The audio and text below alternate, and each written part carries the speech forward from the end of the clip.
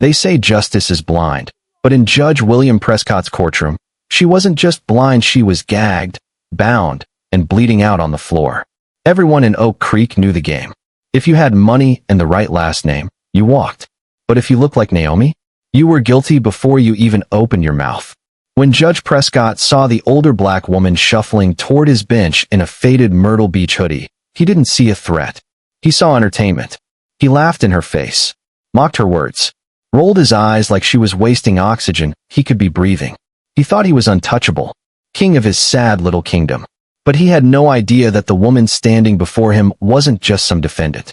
She was his boss's boss's boss. And she wasn't there to beg. She was there to bury him. The Oak Creek County Courthouse smelled like disappointment and broken air conditioning. The kind of place where hope went to die and nobody bothered to send flowers. Naomi Caldwell sat in the back row, hands folded, watching everything. She was 62, with deep mahogany skin and hair pulled back in a no-nonsense bun.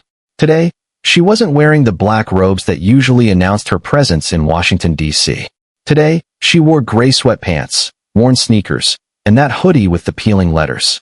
She looked tired, ordinary, defeated, exactly how she wanted to look. But her eyes? Sharp as broken glass.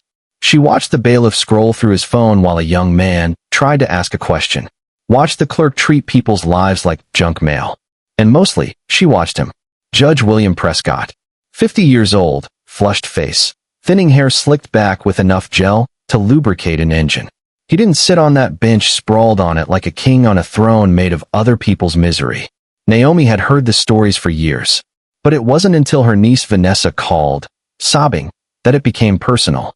Auntie. He didn't even listen. He looked at Jamal, saw his tattoos, and threw the book at him. Called him a thug. On the record, Naomi had listened, her heart turning to stone. She knew the statistics. She'd studied the system her entire life. But hearing it happen to her own blood? That hit different. So she took a leave of absence.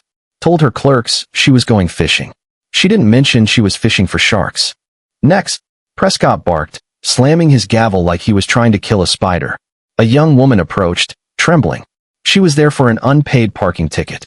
Your Honor, I was in the hospital when I don't care about your medical history, Miss Davis. I care about the city's revenue. Double the fine. Payment plan denied. Next, the girl started crying. Bailiff just shoved her along like livestock. Naomi's jaw tightened. She reached into her bag and touched the file inside. Not a real case. A setup. A trap. She'd manufactured a minor property dispute over her late mother's shed, filed it, with just enough errors to look amateur. Made herself look like exactly the kind of person William Prescott loved to destroy before lunch. Case number 4492. City versus Naomi Caldwell. Zoning violation. Naomi stood. Her knees popped. She walked slowly to the defendant's table, and when she got there, she looked right at him. He was checking his watch. State your name, he muttered, bored. Naomi Caldwell. Her voice was calm, low, clear, the kind of voice that had silenced Senate hearings, but in this room, it sounded soft, harmless. Prescott finally looked up. His eyes crawled over her hoodie, her sweatpants, her empty hands. A smirk twisted his mouth. Miss Caldwell, you aware this is a court of law, not a Walmart checkout line? We have a dress code. The bailiff snickered. Lawyers in the front row, regulars who kissed Prescott's ring, chuckled on cue. Naomi didn't flinch. I apologize, Your Honor. My luggage was lost in transit. I thought it more important to be here on time than fashionable. Lost in transit, Prescott repeated, mocking her tone. Fancy way of saying you missed the bus. Look, let's make this quick. You got a shed on 4th Street, that's an eyesore. City wants it down. You ignored 3 letters. What? I never received the letters, Your Honor. The address on file is for the property itself, which is uninhabited. Proper procedure dictates notice must be sent to the owner's primary residence. Prescott blinked. For half a second, the legal jargon registered. Then his ego took over. Don't quote the law to me, Miss Caldwell. I am the law in this room. You ignored the city. You're wasting my time. I'm simply stating my rights to due process under the... Bang. The gavel came down like a gunshot. Silence. Prescott roared, face turning purple. You want to play lawyer? Go to law school. Until then, shut your mouth. I'm fining you $500 for the structure and another $500 for wasting this court's time with your attitude. Naomi stood very still. The trap was set. With all due respect, she said, her voice dropping into that steel blade she was known for. You cannot impose a punitive fine for a civil zoning infraction without an evidentiary hearing. That is a violation of the 14th Amendment. The room went dead silent. The lawyer stopped laughing, turned around, stared at the old woman in the hoodie like she'd just spoken fluent Latin. Prescott looked stunned for a split second. Then he laughed. Loud. Ugly. Barking. The 14th Amendment. He wiped his eyes. Oh, that is rich. Listen to her. She's been watching too much TV. Let me tell you something, sweetheart in Oak Creek. The Constitution is what I say it is.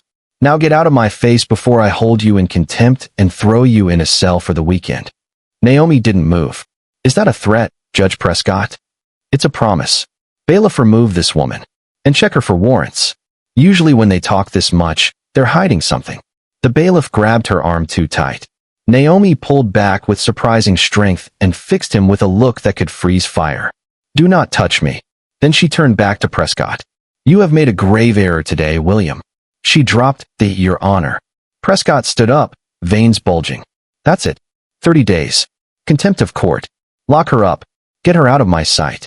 As they dragged her toward the holding cells, Naomi didn't struggle, didn't scream. She just kept her eyes on him. Calm. Unreadable. Let them take her fingerprints. Let them slam the door. Prescott thought he'd just crushed another bug. He had no idea he'd just swallowed poison. The holding cell smelled like mildew and defeat. Naomi sat on the metal bench, back straight.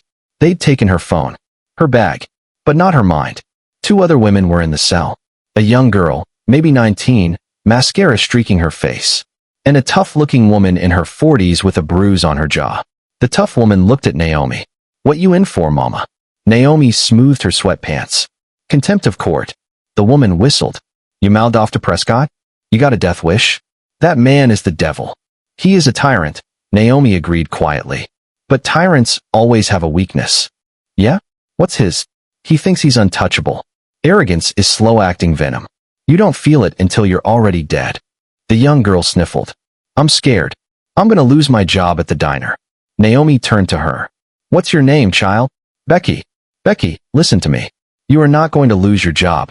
When I get out of here, I'm going to make a phone call. The tough woman laughed bitterly.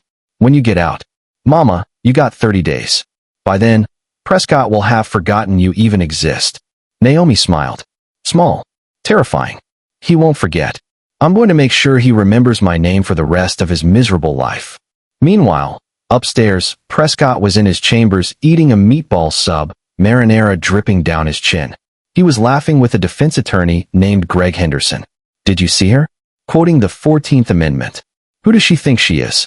I swear, these people watch one episode of Law Order and think they're Thurgood Marshall. Henderson laughed nervously. She did speak well though, Bill. Her diction was educated. Educated. Prescott scoffed. Please. She's probably a retired school librarian who got bitter. She's nobody. Just then, the door opened. It was Susan, the clerk. She looked sheet white. Judge, she stammered. What is it, Susan? I'm eating. There's a phone call for you. Line 1. Take a message.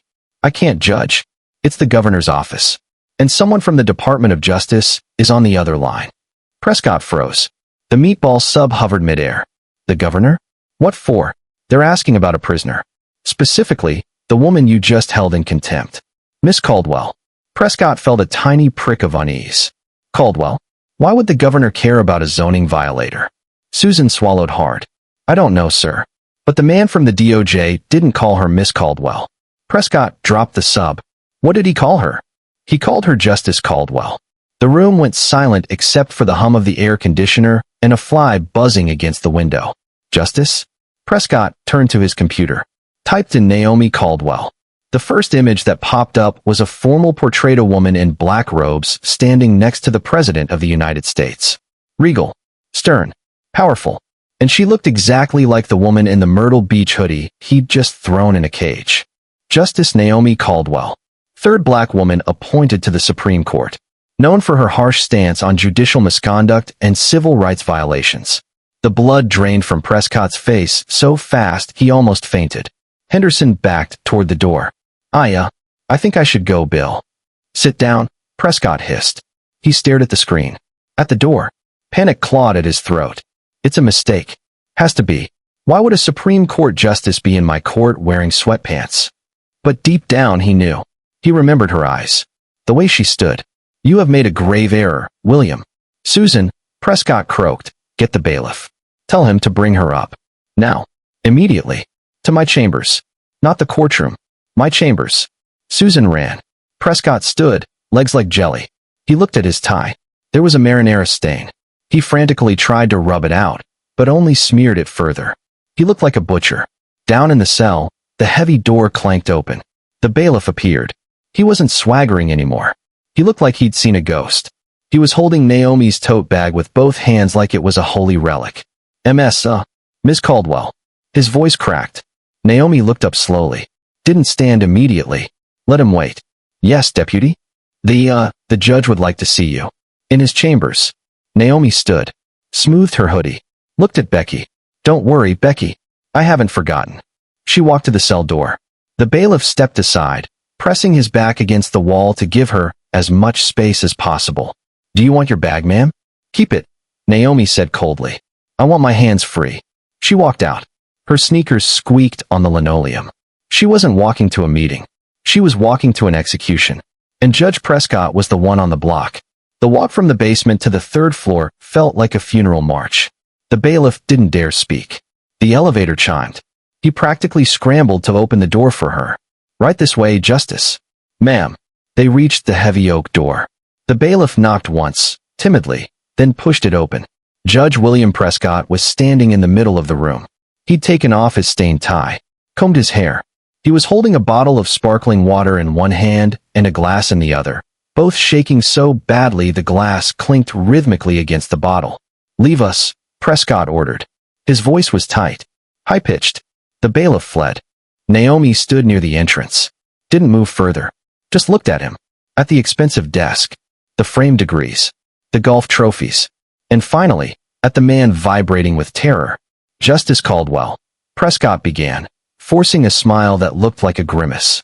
I simply cannot apologize enough. There's been a terrible misunderstanding. A breakdown in communication. If you had known I was a Supreme Court justice, Naomi finished for him, voice cool and dry. You would have treated me with respect. Is that it? Well, yes. Professional courtesy. But because you thought I was just Naomi from 4th Street, she stepped forward. Because you thought I was a retired nobody with a zoning violation, you treated me like cattle. Prescott swallowed. Set the water down before he dropped it. Now, Justice, let's not be dramatic. I run a tight ship. We get a lot of riffraff. Sometimes patience wears thin. It's a stressful job. You know that better than anyone. Do not presume to know what I know. Naomi didn't raise her voice, but the temperature in the room seemed to drop 10 degrees. I sat on the bench for the Southern District of New York for 15 years. I have presided over terrorism trials, organized crime RICO cases, billion-dollar corporate fraud. I have never not once denied a citizen their right to be heard. I have never laughed at a defendant. She walked over to the leather guest chair. Didn't sit. Gripped the back of it, knuckles dark against the leather. Do you know why I'm here, William? The shed. He tried weakly. There is no shed. My mother's property on 4th Street was demolished 5 years ago. It's an empty lot. If you had read the file, if you had even glanced at the photos provided by the city inspector, you would have seen that. But you didn't look. You saw a black woman in a hoodie, and you stopped thinking. Prescott went pale. I can dismiss the case right now. Expunge the record. It'll be like it never happened. Oh, it happened, Naomi said. And it's been happening for a long time. I didn't come here for a zoning violation. I came here for Jamal. Prescott blinked. Jamal Turner. My nephew. The realization hit him like a physical blow. He staggered back against his desk. He remembered the kid. Tattoos. Baggy jeans. Noise complaint. He'd thrown the book at him just to make a point. I didn't know he was related to you. That is the problem. Naomi slammed her hand on the chair. The sound cracked like a whip. It shouldn't matter. Justice isn't about who you know. It isn't about bloodlines or connections. It is about the law. And you, William Prescott, have turned this courthouse into your own personal kingdom where you tax the poor to feed your ego. She reached into her hoodie pocket. Prescott flinched, terrified. She pulled out a small black digital voice recorder. The red light was blinking. I've been recording since I walked through the metal detectors.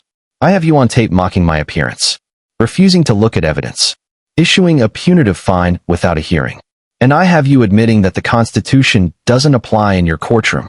Prescott stared at the recorder. His career flashed before his eyes. The country club, the summer house, the power. You can't use that, he whispered. Two-party consent state. Actually, Naomi smiled. This state has a public official exception regarding duties performed in public office. But even if I couldn't use it in court, imagine what this recording will sound like on the 6 o'clock news. Imagine what the State Judicial Conduct Commission will think. Prescott rounded the desk. He looked sweaty. Dangerous. Give me the recorder, Naomi. Let's work this out. I have friends. Powerful friends. The mayor owes me. The police chief. Sit down, Naomi commanded. No, you listen to me. Prescott pointed a shaking finger at her. You think you can come into my town and entrap me? I'm the victim here. You lied. You committed perjury by creating a fake dispute. I committed a sting operation, Naomi corrected. And as for your friends, the mayor and the police chief. She glanced at the grandfather clock in the corner. It's 1:15 p.m.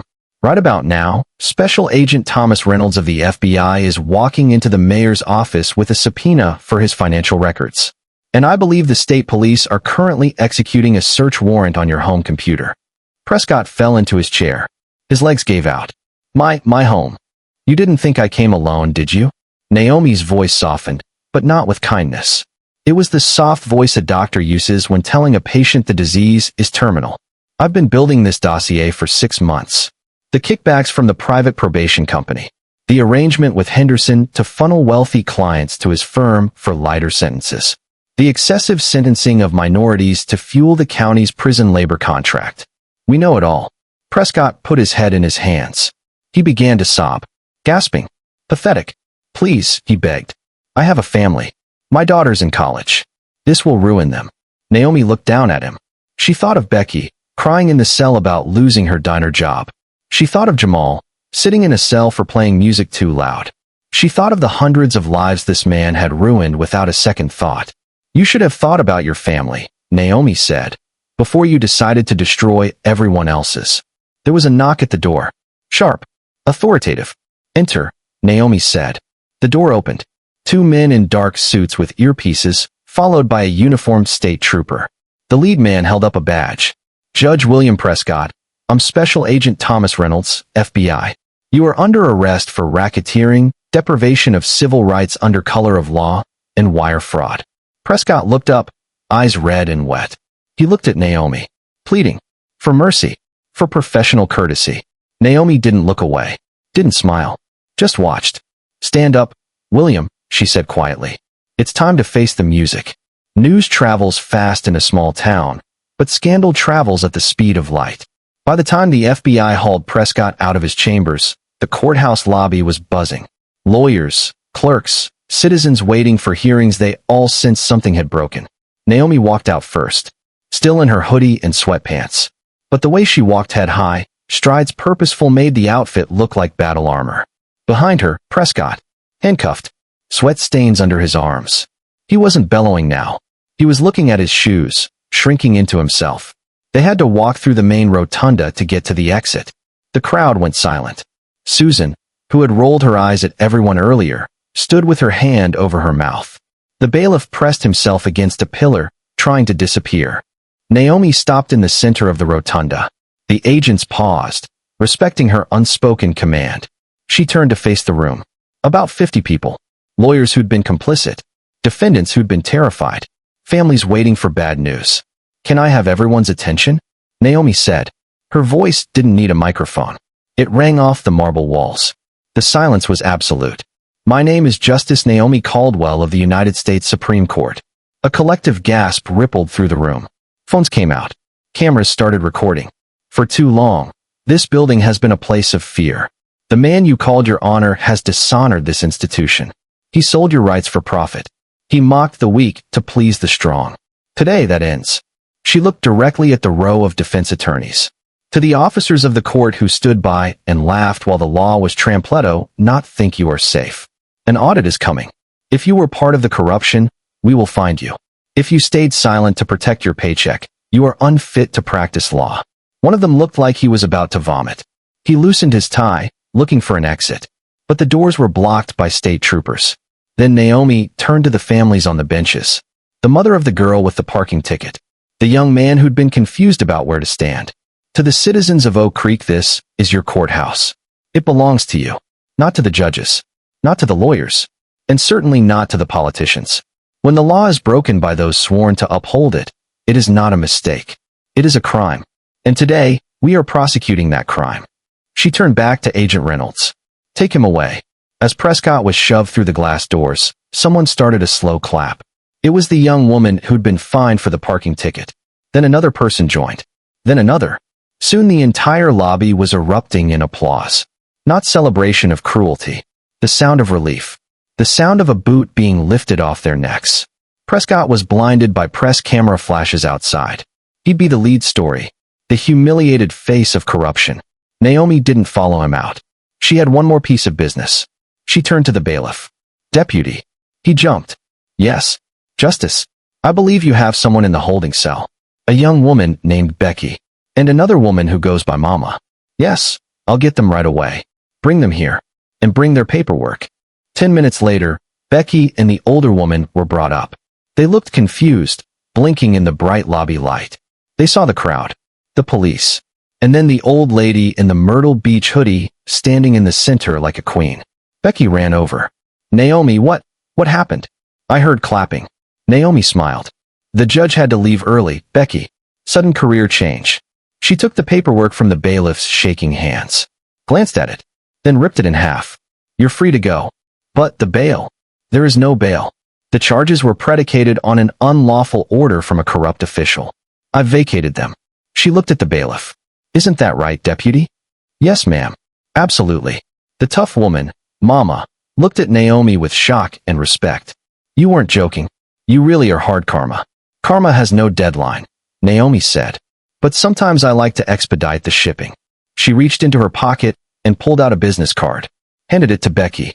This is the number for my scholarship fund. We help young women unfairly impacted by the legal system get back into school. You call that number Monday. You tell them Justice Caldwell sent you. You're not going to work at that diner forever. You're going to college. Becky burst into tears, hugging Naomi tightly. Naomi patted her back, eyes looking over the girl's shoulder at the empty bench where Prescott used to sit. The cleaning crew was already there, sweeping the floor, sweeping away the dirt. But Naomi knew the real filth had already been taken out in handcuffs. She walked out of the courthouse into the bright afternoon sun. The air felt cleaner. The humidity less oppressive. A sleek black sedan pulled up. A young man in a suit got out. Her actual clerk from D.C., David. Justice Caldwell, David said, opening the door. We have a flight back to Washington in 3 hours. Confirmation hearings for the new circuit judges start tomorrow. Naomi paused, looking back at the Oak Creek courthouse. She pulled the hood of her Myrtle Beach sweatshirt up over her head. Let them wait, David, she said, getting into the car. I think I want to stop and get a cheeseburger first. Justice makes you hungry. While Prescott was being processed at the very county jail he'd filled with innocent people, the shockwaves of his arrest were tearing through Oak Creek's power structure. Greg Henderson, the defense attorney who'd laughed at Naomi's poor diction just an hour earlier, was currently driving his silver Mercedes at 90 miles per hour down the interstate. He wasn't going home. He was going to his office to shred files. His hands shook so badly he could barely keep the wheel steady. He screeched into the parking lot, didn't bother locking his car, ran inside ignoring his receptionist. Mr. Henderson? The mayor is online too. He sounds furious. Tell him I'm dead, Greg shouted, slamming his office door. He dove for his filing cabinet. He needed the Pine View files. This was the twist nobody in the courtroom except perhaps Justice Caldwell had fully grasped. The zoning violation Naomi had been fined for wasn't random. The property she claimed to own on 4th Street was the final holdout in a massive land grab orchestrated by Mayor Clint Gable and facilitated by Judge Prescott. They'd been condemning properties in the historic black neighborhood, declaring them blighted, citing impossible zoning violations, seizing the land, and selling it for pennies to a private developer to build luxury condos. Greg found the file, fumbled with the clasp, had to burn it. If the feds found this, It wasn't just prison. It was life without parole for RICO conspiracy. He grabbed his metal trash can and a lighter. Threw the papers in. Click. Click. The lighter sparked, but didn't catch. Come on, you piece of junk. Suddenly, his office door opened. It wasn't his receptionist. It was a woman in a sharp gray suit holding a cardboard box. Behind her stood 2 uniformed state troopers. Mr. Henderson, the woman said calmly. I'm with the State Bar Association's disciplinary committee. We've received an emergency suspension order for your license. Greg froze, lighter still in his hand. You can't be here. This is private property. And that, she pointed to the trash can, is attempted destruction of evidence. Officers. Greg dropped the lighter. As the troopers moved in to cuff him, he looked out the window. Saw the Pine View development billboard across the street, showing happy families in a modern utopia. The billboard was peeling. And now, so was his life. Across town, Mayor Clint Gable was in a different kind of panic. He wasn't running. He was entrenching. Gable was tall, silver-haired, with a smile that looked catalog purchased.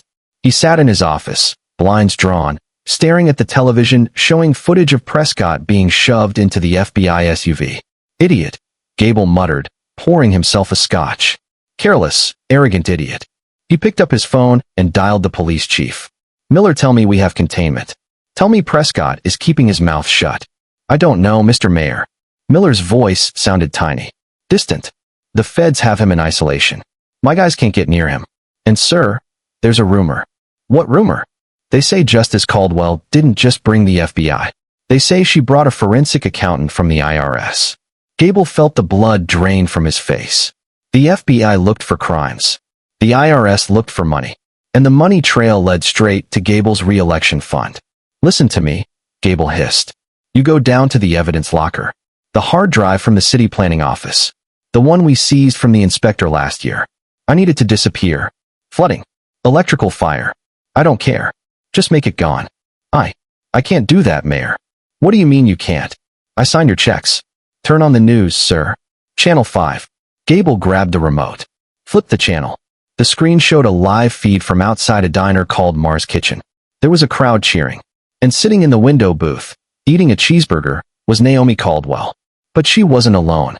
Sitting across from her was Jamal Turner, her nephew, just released. And sitting next to Jamal was a man Gable recognized with a jolt of terror. Arthur Pims, the former city planner. The man Gable had fired and silenced 2 years ago because he refused to sign off on the corrupt zoning maps. The reporter on screen was breathless. We are receiving reports that Justice Caldwell is currently conducting an informal debriefing with Arthur Pims, the whistleblower who claims to have proof of a massive embezzlement scheme involving City Hall. Gable dropped the phone. The glass of scotch slipped from his hand and shattered on the hardwood floor. She hadn't just come for the judge. She'd come for the whole kingdom. Inside Mars Kitchen, the mood was electric. The owner, a large woman named Mabel Higgins, had closed to the general public but kept the coffee flowing for Naomi and her guests. Naomi wiped a spot of ketchup from her lip. Looked at Jamal. He looked thinner than she remembered. There was a hardness in his eyes that hadn't been there before. I'm sorry, Auntie, Jamal said quietly, looking at his hands. I didn't know you were coming. I didn't want you to see me in that orange jumpsuit. Naomi reached across the table and covered his hand with hers. Jamal, look at me. The shame does not belong to you. The shame belongs to the men who put you there to fill a quota. But I did play the music loud, Jamal said with a half smile. Loud music is a nuisance, Naomi said firmly. It is not a crime worthy of prison time. They used you, Jamal. They used you and hundreds of others to create a narrative that this neighborhood was dangerous so they could drive property values down and buy the land cheap. She turned to Arthur Pims. Arthur was a nervous little man with thick glasses, clutching a heavy binder like a shield. Mr. Pims, Naomi said, her voice shifting from aunt to justice. You are safe now. The Federal Witness Protection Program has been notified, although I doubt you'll need it once the indictments drop. Tell me about the mayor. Arthur opened the binder, pushed his glasses up. Mayor Gable and Judge Prescott had a deal. Prescott would impose maximum fines on homeowners in the 4th Street District for minor infractions. Uncut grass, peeling paint, cracked sidewalks. When the homeowners couldn't pay thousands of dollars in fines, the city would place a lien on the house. And then, Naomi prompted. Then they'd foreclose, kick the families out, and the mayor would sell the properties to Pine View Holdings for a fraction of their value. Pine View Holdings is owned by the mayor's brother-in-law. Jamal slammed his fist on the table. They stole our homes. They locked me up so they could steal Grandma's house. That was the plan, Naomi said, eyes cold. They thought if they targeted the poor, the marginalized, the people without fancy lawyers, no one would notice. They thought we were invisible. She took a sip of coffee. They forgot that even the invisible have a voice. And sometimes, she smiled grimly, that voice carries the weight of the Supreme Court. Suddenly, the bell above the diner door jingled. The room went quiet. Mayor Clint Gable walked in. Alone. Disheveled. Shirt sleeves rolled up. He looked like a man who hadn't slept in a week, even though the crisis had only started 3 hours ago. Agent Reynolds and 2 other FBI agents who'd been sitting at the counter eating pie stood up immediately, hands hovering near their holsters. Sit down, Agent, Naomi said calmly, not looking away from her burger. Let the mayor speak. Gable walked to the table, looked at Arthur, who shrank back, looked at Jamal, then at Naomi. Justice Caldwell, Gable said, voice raspy. We need to talk. I am eating, Mr. Mayor, and I generally don't converse with unindicted co-conspirators during my lunch. You don't understand. Prescott went rogue. I had no idea about the harsh sentences. I'm a victim of his deception, too. I came here to pledge my full cooperation. Naomi slowly set down her burger, picked up a napkin, dabbed her mouth, turned to face him. The glare she gave him was enough to peel paint off walls. Mr. Mayor, do you know what federal conspiracy carries as a sentence? It's not 30 days. It's 20 years. I didn't. Arthur, Naomi said, gesturing to the binder. Show him page 42. Arthur shakily opened the binder and turned it around. It was a photocopy of an email from Mayor Clint Gable to Judge William Prescott. Subject, 4th Street problem. Body, ramp up the fines. We need the Caldwell lot by November. If the old lady won't sell, condemn it. Make her life hell. Gable stared at the paper. The color drained from his face until he looked like a wax figure. You knew about the fines, Naomi said softly. You knew about the liens. And you specifically targeted my mother's property because you thought she was just an old lady who wouldn't fight back. Gable backed away. That's fake. That's forged. It came from your secure server, Agent Reynolds said, stepping forward. We just finished the mirror image of your hard drive. We have everything, Mayor. The emails. The bank transfers. The kickbacks. Gable looked at the door. For a second, he looked like he might run. Don't, Naomi said. Don't add resisting arrest to the list. Show some dignity, Clint. For once in your life. Gable slumped. His shoulders collapsed. The arrogance that had held him up for decades evaporated, leaving only a small, greedy man. Agent Reynolds pulled out his handcuffs. Clint Gable, you are under arrest. As they clicked the cuffs onto the mayor's wrists, Jamal stood up, walked over. Gable flinched, expecting a hit. But Jamal just looked at him.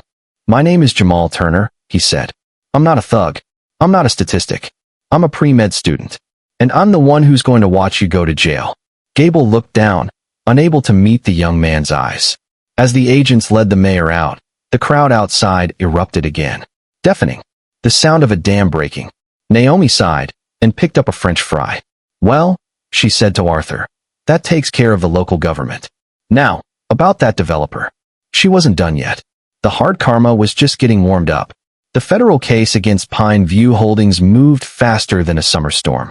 With the former judge and mayor singing like canaries to reduce their own sentences, the developer, a slick tycoon named Charles Thorpe, tried to flee to the Cayman Islands. He didn't make it past the tarmac. The FBI grounded his private jet before the engines even warmed up. But the real drama wasn't the arrest. It was the money. Usually when the government seizes assets from a criminal enterprise, that money disappears into the black hole of the federal treasury. The victims get a sense of justice, but they rarely get their lives back. The stolen homes were still gone. The equity still vanished. Naomi Caldwell, however, didn't play by usual rules. 3 months after the arrests, during the asset forfeiture hearing, Naomi filed an amicus curiae brief, a friend of the court filing. In it, she argued a novel legal theory she called restorative justice via community constructive trust. She argued that since the $42 million in Thorpe's accounts were extracted directly from the stolen equity of 4th Street homeowners, the money shouldn't go to the government. It should go back to the people it was stolen from. The courtroom was packed. The new presiding official, Judge Alcata stern but fair woman Naomi had mentored years ago, read the brief in silence. The air was thick with tension. Government prosecutors wanted the money. The banks wanted the money. Judge Alcott looked up over her glasses. She looked at the gallery, filled with families who'd been evicted, including Becky. Then she looked at Naomi, sitting quietly in the back row, knitting a scarf. The court finds the logic of Justice Caldwell irrefutable, Judge Alcott ruled, slamming her gavel.